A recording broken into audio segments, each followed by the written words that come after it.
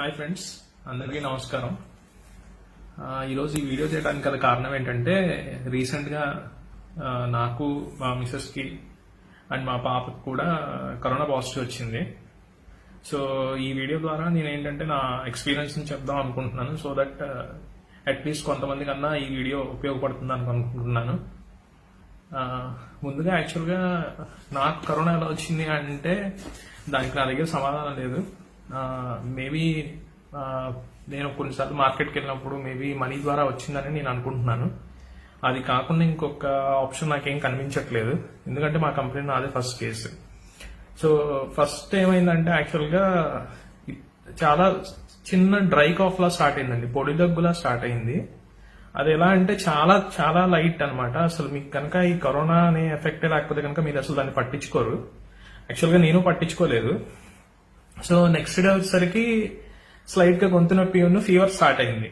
కానీ మా ఫ్రెండ్స్ అందరూ, కొలీగ్స్ అందరూ ఏమన్నారంటే ఇది ఫ్లూ సీజన్ కదా, క్లైమేట్ చేంజ్ అవుతుంది, సో దానివల్ల వచ్చి ఉంటుంది, లైట్ తీసుకో, అలాంటిది ఏం పట్టించుకోమాక అన్నారు. బట్ నాకు ఎక్కడో ఒక చిన్న డౌట్. సో నేను ఫ్యామిలీ నుంచి కొంచెం దూరంగా ఉండడం స్టార్ట్ చేశాను. బట్ మా పాపని కంట్రోల్ చేయడం నా వల్ల కాలేదు, ఎందుకంటే తను డైరెక్ట్ నా దగ్గరికి వచ్చేయడం, నా దగ్గరే పడుకోవడం అట్లా చేస్తుంది అనమాట, ఎంత అవాయిడ్ చేసినా కూడా. దెన్ ఇంకేం చేస్తానంటే నెక్స్ట్ డే వచ్చేసరికి స్లైట్ టెంపరేచర్ వచ్చింది, లైక్ అప్ టు 100 వరకు వస్తుంది టెంపరేచర్. సో అట్లా మార్నింగ్ వచ్చింది, మళ్ళీ ఈవినింగ్ వచ్చింది. ఈవినింగ్ వచ్చినప్పుడు ఒక పారాసెటమాల్ వేసుకున్నాను. అయితే ఇంకా ఇది కాకుండా ఏం చేశానంటే యూజువల్ గా నాకు ఇట్లా వస్తూ ఉంటుంది అనమాట. ఐ థింక్ కొన్నిసార్లు వాటర్ చేంజ్ అవడం వల్ల కానీ ఇట్లా వస్తుందని చెప్పి నేను రెగ్యులర్ గా నేను వాడే ఒక యాంటీబయాటిక్ స్టార్ట్ చేశాను. సో 3 days యాంటీబయాటిక్ వేసుకున్నాను, కానీ అసలు ఏ మార్పు లేదు. విపరీతమైన నీరసం. 4th day వచ్చేసరికి కూడా సేమ్ అట్లాగనమాట, లైట్ గా దగ్గు స్టార్ట్ అయింది. టెంపరేచర్ వచ్చిపోతుంది, బట్ అది పట్టించుకోవాల్సిన అవసరం లేదు. లైట్ గా జలుబు కూడా అనిపిస్తుంది అనమాట. ఇవన్నీ ఏంటంటే అలా నార్మల్ గా అయితే కరోనా టైం కాకపోతే మీరు చాలా లైట్ తీసుకుంటారు, అసలు మీకు అసలు అనిపించడం కూడా అనిపిస్తుంది అని. సో సడన్ గా ఏమైందంటే ఎవ్రీడే మార్నింగ్ లేచేటప్పుడు ఈ రోజు నార్మల్ అవుతుంది అనుకుంటున్నాను, కానీ అసలు నార్మల్ అవ్వట్లేదు. విపరీతమైన నీరసం, అసలు ఆకలేసేది బాగా. సో ఇలా అయితే ఇంకా ఒక 1 day వచ్చేసరికి 5th day అనుకుంటా అండి. యాక్చువల్గా ఇది సిమ్టమ్స్ స్టార్ట్ అయిన 5th day. అన్ని ఓకే, కానీ కొంచెం నీరసం ఉంది. నేను అనుకున్నాను తగ్గిపోయింది, నార్మల్ అయిపోయింది అనుకున్నాను. బట్ సడన్ గా నేను నోటీస్ చేసింది ఏంటంటే నాకు స్మెల్ రావట్లేదు. ఎలా అంటే ఒక డెటాల్ ఉంటే ఎంత స్ట్రాంగ్ స్మెల్ వస్తుంది, ఒకసారి స్మెల్ చూస్తే మీకు కాఫ్ వచ్చేస్తుంది అనమాట, అంత స్ట్రాంగ్ ఉంటుంది. అలాంటిది నేను డెటాల్ స్మెల్ చూస్తాను, నాకు డెటాల్ స్మెల్ తెలియట్లా. దెన్ నేను మా మిస్సెస్ కి చెప్పాను అనమాట, ఒకసారి టెస్ట్కి వెళ్తాను, ఎందుకైనా మంచిది, నాకు ఎందుకో ఇది గట్టిగా సిమ్టమ్స్ లా అనిపిస్తుంది. So anyway as a social రెస్పాన్సిబిలిటీగా మనం వెళ్తే కనుక అట్లీస్ట్ మన ద్వారా ఇంకొకరికి రాకుండా ఉండొచ్చు అని చెప్పాను. ఈవెన్ మా కంపెనీ వాళ్ళు కూడా ఇమీడియట్ గా ఇన్ఫార్మ్ చేశాను టెస్ట్కి వెళ్తున్నానని. వాళ్ళు చాలా బాగా సపోర్ట్ చేశారు, కొలీగ్స్ అందరూ బాగా సపోర్ట్ చేశారు. దెన్ మొత్తానికి వెళ్ళాను, టెస్ట్కి వెళ్ళి స్వాబ్ ఇచ్చేసి వచ్చాను.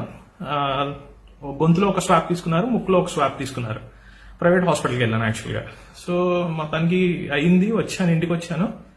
మళ్ళీ యాక్చువల్గా అంతా నార్మల్ అయిపోయేసరికి ఏముండదులే, నెగిటివ్ వచ్చేస్తుంది అని చెప్పి మళ్ళీ మా పాపతో మామూలుగా ఇంట్లో నార్మల్గా తిరగడం స్టార్ట్ చేశాను. సో ఒక రోజు ఏమైందంటే సర్ప్రైజ్ గా 2nd day of the result positive అని వచ్చింది. ఫోన్ వచ్చింది హాస్పిటల్ నుంచి. ఒక క్షణం ఏం తెలియలే, కళ్ళమ్మటి నీళ్లు. మా వైఫ్ ఒక పక్క నుంచి మా వైఫ్ ఏడుపు. అసలు ఏం చేయాలో అర్థం కావట్లా, ఇటల్లో కూడా అర్థం కావట్లా. సో వాళ్ళు ఏం చెప్పారంటే గవర్నమెంట్ నుంచి కాల్ వస్తుంది, అప్పుడు దాకా ఇంట్లో ఉండమన్నారు. ఏమైనా ఎమర్జెన్సీ అయితే కాల్ చేయమన్నారు, లైక్ ఎనీ బ్రీతింగ్ ఇష్యూ కానీ ఏమైనా వస్తే కనుక ఇమీడియట్గా కాల్ చేయమన్నారు. సో వెయిట్ చేశాను, మినిస్ట్రీ నుంచి కాల్ రాలేదు. సో నేనే ఫాలో అప్ చేశాను. వాళ్ళు ఒకటే చెప్పారు, నీకు ఇంట్లో కనుక సపరేట్ గా ఉండే ఫెసిలిటీ ఉంటే కనుక ఇంట్లోనే ఉండు, ఏమన్నా ఇన్ కేస్ సిమ్టమాటిక్ గా ఏమన్నా నీకు ఒకవేళ ఫీవర్ వస్తే పారాసెటమాల్ తీసుకోమన్నారు, దగ్గు వస్తే దగ్గుమంది తీసుకోమన్నారు. సో ఇవన్నీ కామన్ అనమాట. హెడేక్ వస్తే హెడేక్ ఏదన్నా పెయిన్ కిల్లర్ తీసుకోమన్నారు. సో ఇవన్నీ సిమ్టమాటిక్ ట్రీట్మెంట్ అనమాట, ఎందుకంటే యాక్చువల్గా దీనికి ఏ ట్రీట్మెంట్ లేదు. సో నెక్స్ట్ ఏమైంది, కాఫ్ అనేది నాకు ఇంకా కంటిన్యూ అవుతుంది, నీరసం స్లోగా తగ్గుతుంది అనమాట.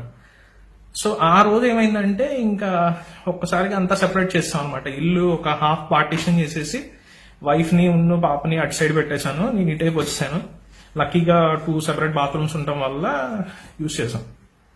కానీ ఇది అయిన నెక్స్ట్ డేనే మా మిస్సెస్కి వచ్చేసరికి సేమ్ సిమ్టమ్స్ స్టార్ట్ అయింది. తనకు కూడా స్మెల్ పోయింది. సో తను ఏం చేసింది, ఇంకా తను కొంచెం వరీ అవడం స్టార్ట్ చేసింది. సో వెంటనే మళ్ళీ మా ఆఫీస్ వాళ్ళకి ఇన్ఫార్మ్ చేశాను. ఆఫీస్ వాళ్ళు మళ్ళీ ఏమన్నారంటే నో ఇష్యూస్ బాలాజీ, మనం ఇమీడియట్ గా టెస్ట్ చేయిద్దాం అని చెప్పి మళ్ళీ వాళ్ళు సపోర్ట్ చేశారు. సో ఇమీడియట్ గా నేను నెక్స్ట్ డే వీళ్ళిద్దరికి టెస్ట్ చేయించాను. వీళ్ళిద్దరికి టెస్ట్ చేయించిన 2 days కి వీళ్ళిద్దరికి కూడా పాజిటివ్ అని వచ్చింది. సో అప్పుడు దాకా మేము సెపరేట్ గా ఉన్నాము. ఇంకా ఒక్కసారిగా ఏంటంటే ఓకే, ఇంకా ఈవెన్ మేము కలిసి ఉన్నాను ప్రాబ్లం అని చెప్పేసి మేము ఇంకా ఒకసారిగా ఈ పార్టిషన్స్ అన్ని తీసేసి ఇంకా నార్మల్ లైఫ్ స్టార్ట్ చేసాం. ఐ మీన్ లైక్ ఇంట్లో. సో వన్స్ ఇలా స్టార్ట్ చేసిన తర్వాత అట్లీస్ట్ మాకు కొంచెం ధైర్యం వచ్చిందనమాట. అప్పటిదాకా ఏంటంటే నేను సెపరేట్ గా ఉండి వాళ్ళు సెపరేట్ గా ఉండి అది ఒక రకంగా ఉండేది. బట్ వన్స్ ఒక్కసారిగా మేము మాల్ పాజిటివ్ పేషెంట్స్ అందరం ఒకేసారి కలిసినప్పటి నుంచి చాలా బాగుంది. కొంచెం ఎందుకంటే ఒకరికొకరు ధైర్యం చెప్పుకొని మొత్తానికి మేము ఒకరికొకరు సపోర్ట్ చేసుకున్నాం. సెకండ్ థింగ్ వచ్చేసరికి నేను చేసిన మంచి పని ఏంటంటే ఇమీడియట్ గా నాకు ఎప్పుడైతే డ్రై కాఫ్ స్టార్ట్ అయిందో నెక్స్ట్ డే నుంచి హాట్ వాటర్ తీసుకోవడం, ఈ జింజర్ డ్రింక్ తీసుకోవడం, నెక్స్ట్ వచ్చేసరికి ఇన్హలేషన్, స్టీమ్ ఇన్హలేషన్, ఆవిరి పట్టడం, ఇట్లాంటివన్నీ చేయడం స్టార్ట్ చేశాను. జస్ట్ క్యాజువల్ గా స్టార్ట్ చేశాను. ఐ మీన్ లైక్ సీరియస్ గా కాకుండా. కానీ వన్స్ ఎప్పుడైతే కరోనా పాజిటివ్ అని తెలిసిందో నేను దీని ఇంటెన్సిటీ బాగా పెంచాను అనమాట. లైక్ 3 times గార్గ్లింగ్ చేసేవాడిని సాల్ట్ వాటర్ తో. దాన్ని 2-3 సార్లు ఆవిరి పట్టాము. నేను మా వైఫ్ ఇద్దరం అనమాట. ఇవి ప్రాసెస్ అంతా సేమ్. ఒక ఫ్లాస్క్ పెట్టుకుని కంటిన్యూస్ గా హాట్ వాటర్ తాగడం, హాట్ వాటర్ లో జింజర్, పసుపు, అల్లం, పసుపు అండ్ నిమ్మకాయ, కొంచెం తేనె వేసుకుని రెగ్యులర్ గా అదే వాటర్ తాగడం, ఇంకా నార్మల్ వాటర్ కాకుండా. సో విటమిన్ సి తీసుకున్నాం. విటమిన్ సి యాక్చువల్గా ఏంటంటే సప్లిమెంట్స్ ద్వారా తీసుకున్నాం. పర్ డే వచ్చేసరికి 1000 mg కావాలి కాబట్టి సో అది తీసుకున్నాం. మల్టీవిటమిన్స్ తీసుకున్నాం. నేను వచ్చేసరికి కాఫ్ సిరప్ యూస్ చేస్తున్నాను. సో సిమ్టమ్స్ కేసులో మా వైఫ్కి వచ్చేసరికి ఇనీషియల్ గా తనకి లైట్ గా ఫీవర్ వచ్చింది. ఒక 2 days కోల్డ్ ఉంది లైట్ గా, అంతే. దానికి తర్వాత ఇంకా తనకి ఏం సిమ్టమ్స్ లేవు. షీ వాస్ పర్ఫెక్ట్లీ ఫైన్ అనమాట. బేబీ సిమ్టమ్స్ వచ్చేసరికి ఎప్పుడైతే టెస్ట్ ఇచ్చి వచ్చామో నెక్స్ట్ డే నుంచి బేబీకి ఫీవర్ స్టార్ట్ అయింది. మేము చాలా వరీ అయ్యాం. కాకపోతే బై గాడ్స్ గ్రేస్ ఏంటంటే బేబీస్ కి న్యాచురల్ గానే ఇమ్యూనిటీ పవర్ మనకన్నా చాలా ఎక్కువ ఉంటుంది. So she recovered. Like 2 days fever వచ్చింది కంటిన్యూస్ గా. తర్వాత కోల్డ్ ఉంది, బట్ తను యాక్టివ్ గా ఉంది.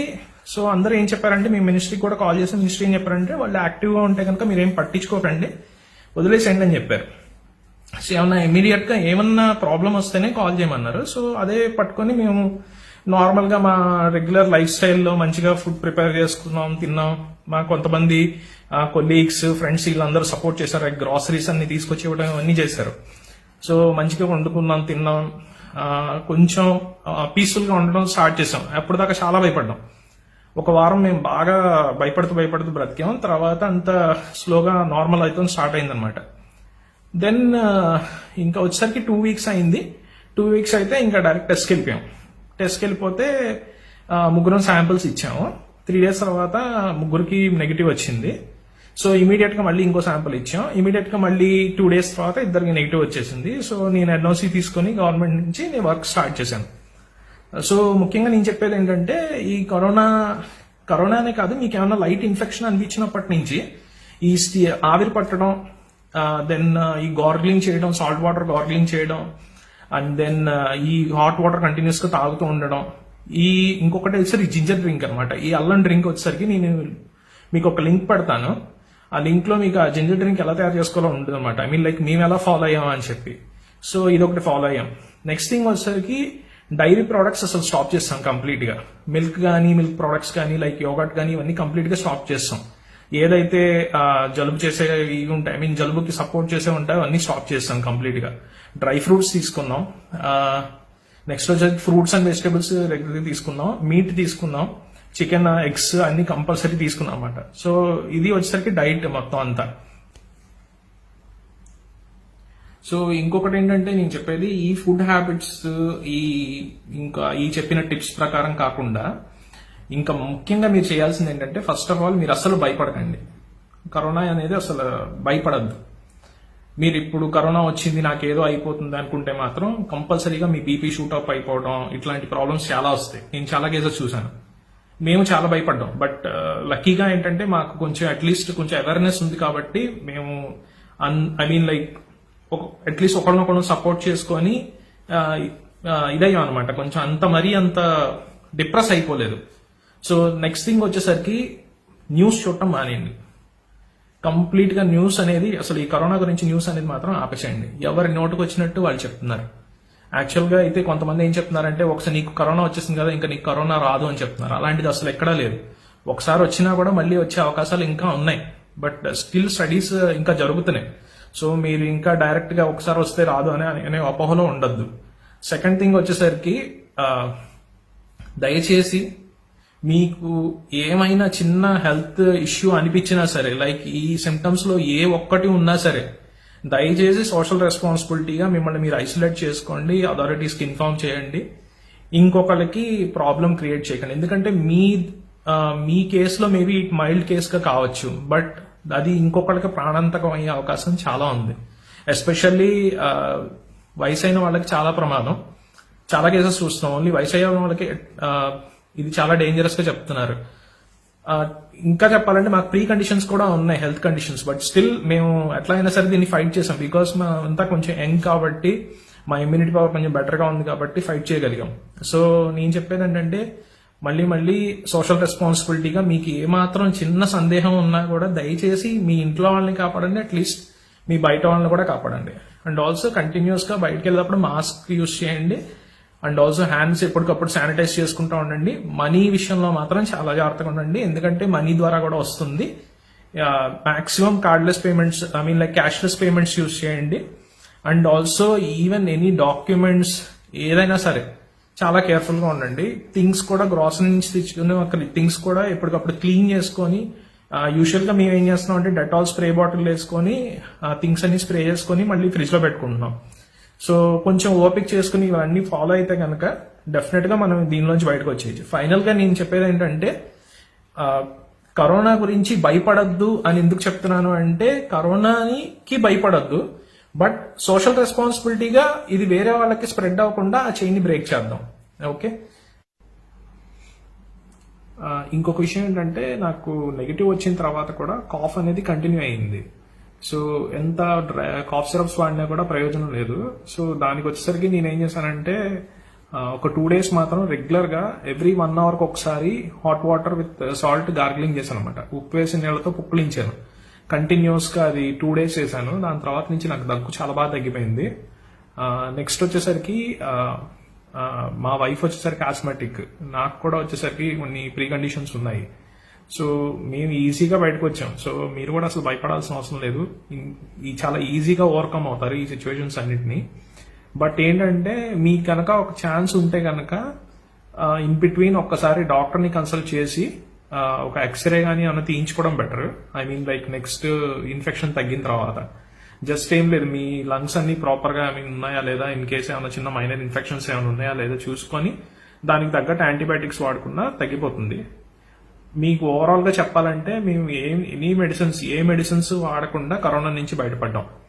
లైక్ ఈ చిన్న టిప్స్ ఫాలో అయ్యి, ఈ చిన్న మెథడ్స్ తో మా సిమ్టమ్స్ అన్నింటినీ కంట్రోల్ చేసుకొని, అవి పెరగకుండా చేసుకొని తర్వాత ఈజీగా దీనిలోంచి బయటపడ్డాం.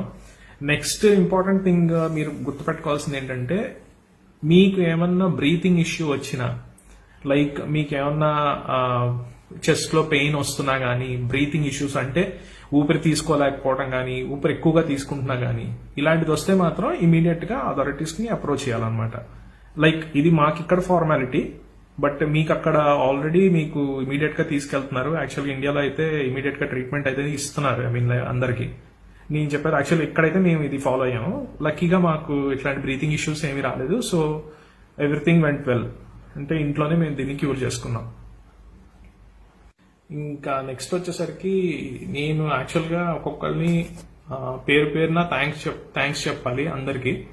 ఫస్ట్ థింగ్ వచ్చేసరికి మా ఇంట్లో వచ్చేసరికి ఫస్ట్ ఆఫ్ ఆల్ మా వైఫ్ కి థ్యాంక్స్ చెప్పాలి. ఎందుకంటే నేను అలాంటి కండిషన్ లో ఉన్నప్పుడు తను చాలా కష్టపడి మేనేజ్ చేసుకుని వచ్చింది. ఈవెన్ తనకి కరోనా ఉండి, మాకు కరోనా ఉండి, నన్ను పాపని చూసుకుంటూ, తనని కేర్ చేసుకుంటూ మొత్తానికి తను చాలా బాగా చేసింది. అట్ ద సేమ్ టైం మా ఫ్యామిలీ మెంబర్స్ కూడా చాలా సపోర్ట్ చేశారు. And also especially big thanks to my colleagues. Actually మా హెచ్ఆర్ డిపార్ట్మెంట్ కానీ, మా మేనేజ్మెంట్ కానీ, అందరూ చాలా బాగా హెల్ప్ చేశారు. చాలా చాలా థ్యాంక్స్ వాళ్ళందరికీ. సో మీరు కూడా జాగ్రత్తగా ఉండి మీ ద్వారా ఇంకొకరికి ఈ వ్యాధి సోకకుండా కాపాడండి ప్లీజ్. ఇంతవరకు ఓపిక అయినందుకు చాలా థ్యాంక్స్. మీకు ఏమైనా డౌట్స్ ఉంటే కనుక కామెంట్ సెక్షన్ లో అడగచ్చు. Thank you so much.